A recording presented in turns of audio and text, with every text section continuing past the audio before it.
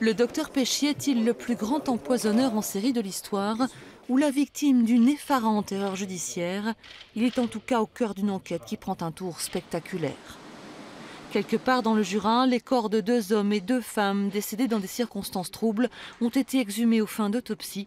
Un acte exceptionnel dans la culture judiciaire française. Si on va à l'exhumation, ça veut dire que des données d'enquête et que d'éventuelles données scientifiques ont amené certains experts ou certains enquêteurs à dire au parquet il est nécessaire que nous procédions à l'exhumation. Les exhumations peut-être ne donneront rien, j'en sais rien à ce stade. Il y a parfois des poisons qu'on ne retrouve pas sur des dépouilles. Il y a des données scientifiques parfois qui permettent ou non de découvrir qu'il y a un poison.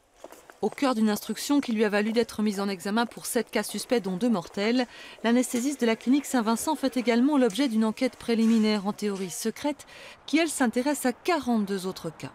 Les 4 exhumations demandées sont-elles les premières d'une longue série ou les seules qui posent vraiment question?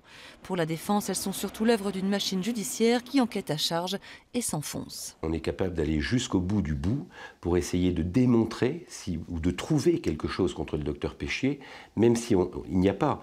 Je vais vous dire une chose, si le dossier était si parfait à l'instruction en termes de preuves, aujourd'hui il n'y a aucune preuve contre le docteur Péchier, s'il était si parfait en termes de preuves contre le docteur Péchier, on n'aurait pas eu besoin d'essayer ou de chercher absolument d'autres cas pour essayer de corroborer l'hypothèse du départ, et je le dis, l'hypothèse folle du départ des enquêteurs.